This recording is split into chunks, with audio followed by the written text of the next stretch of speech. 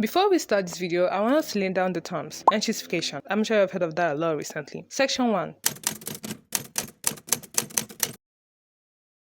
Coined by Cory Doctorow, widely discussed in tech criticism. In the article titled The Enŝɪ.t of TikTok, or How Exactly Platforms Die, he says, and I quote, "Here is how platforms die. First, they are good to their users, then they abuse their users to make things better for their business customers. Finally, they abuse those business customers to claw back all the value for themselves. Then, they die." I call this Enŝɪ.t, and it is a seemingly inevitable consequence arising from the combination of the ease of changing how a platform allocates value combined with the nature of a two-timed market, where a platform sits between buyers and sellers, hold each hostage to the other, raking off an ever larger share of the value that passes between them. This also leads to the attention economy idea by Tim Wu. Ours is often called an information economy, but at a moment where access to information is virtually unlimited, our attention has become the ultimate commodity. In nearly every moment of our lives, we face a barrage of efforts to harvest our attention. This condition is not simply the byproduct of recent technological innovations, but the result of more than a century's growth and expansion in the industries that feed on human attention. Wu's narrative begins in the 19th century when Benjamin Day discovered he could get rich selling newspapers for a penny. Since then, every new media from radio to television to internet companies such as Google and Facebook has attained commercial viability and immense riches by turning itself into an advertising platform, essentially. Since the early days, the basic business model of attention merchants has never changed. Free diversion in exchange for a moment of your time, sold in turn to the highest bidding advertiser. To put it simply, platforms first serve users, then advertisers/business clients, then extract value from both. The same incentive logic explains the reason for cheap clothes, shoddy food, and formulaic shows. Section 2.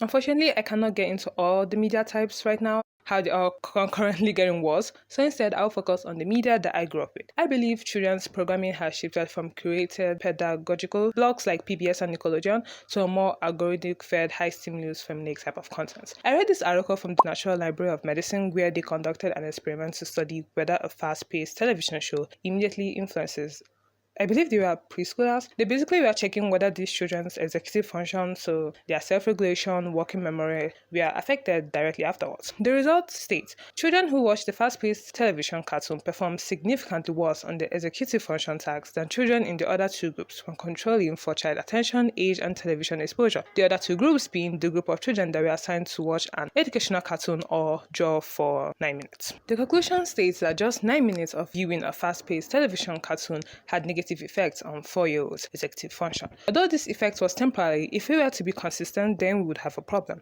Research and reporting show streaming algorithms and features such as autoplay and less recommendations increase session length and push children towards repetitive attention-grabbing formats. Studies and reports from education/media scholars note that the concept of children's television is changing in the streaming era. Kids now find content through recommendations, creators, design, genre hooks, and local public service programming is basically shrinking. Remember when Saturday mornings used to be a TV ritual, shows were paced for little attention spans, not for ad clicks. Now a toddler's bedtime playlist is created by a machine whose job is literally to keep eyeballs on and ads coming. That's why so many modern cartoons probably feel like 30 seconds dopamine factories glued together. I'm looking at you, Cocomelon. Section 3.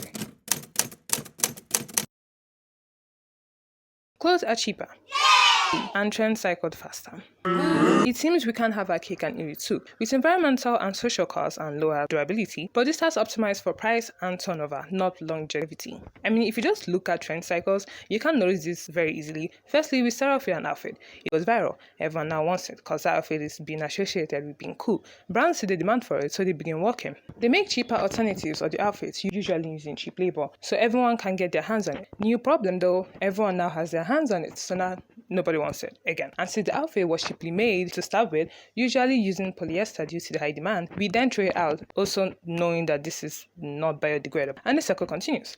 If you want to read up more on the issue and everything that relates to it, I highly recommend this article by the Canadian Science Publishing. Section 4. Okay, so let's talk about my favorite thing in the world.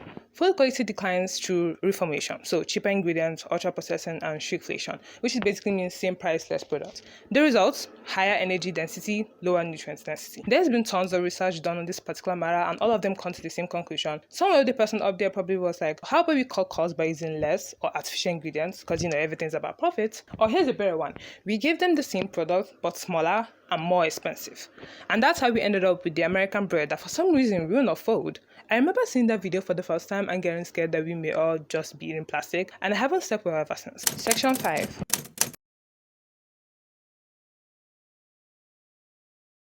As we know it, many apps and services follow the same enŝɪ.t app. We start handy, then we attract users, then prioritize advertisers/partners, sub-optimizing the user experience.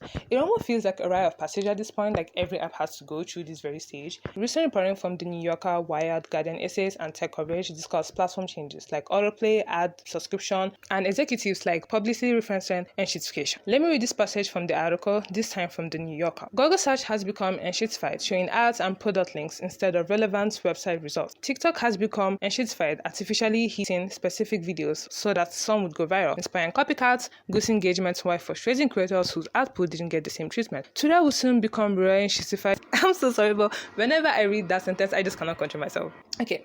Twitter would soon become enŝɪ.t-fied in its reincarnation as X, losing its status as a global town square as it tipped into Moscan extremism and rewarded grifters and meme accounts over legitimate news sources, Spotify, iPhones, Adobe software, email bosses. It was hard to think of a platform or device that wasn't seeing a decay in user experience. Wasn't technology supposed to be endless improve in the long run? Remember when apps got better with updates? Yeah, neither can I. Now, updates sometimes add ads, nudge you towards premium tiers, or quietly swap features behind paywalls. Like, everything has a subscription. I am going to lose my mind. I think when I officially lost all hope was when people were reporting that their fridges wouldn't stop showing them ads, and someone's fridge wouldn't open because they hadn't paid their subscription fee yet. Right. So you mean to tell me that on top of buying a fridge, I now have to pay for it to work? Even cars, why am I looking at a screen whilst I'm driving? I thought there was like a PSA where they were like, no phones, no screens, no distractions whilst driving. I feel we have really lost the plot.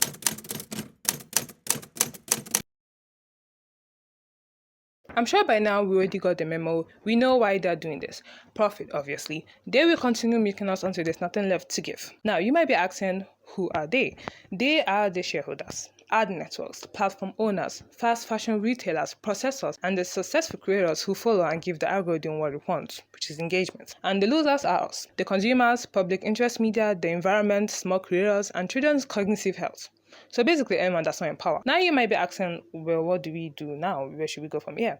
I don't know. If everyone is tilting towards extraction, maybe the best moves are tiny acts of refusal, like maybe turn off autoplay, buy one well-made show instead of 3 cheap ones, which also sounds like a privilege to say in itself. Thrift, watch one long, thoughtful cartoon instead of 15 bite-sized dopamine hits. It's easier said than done, I know, but we have to start somewhere. Sorry for getting all doom gloom on you guys. It's really hard to stay positive when you're watching the only world you've ever known fall apart in every aspect before your eyes.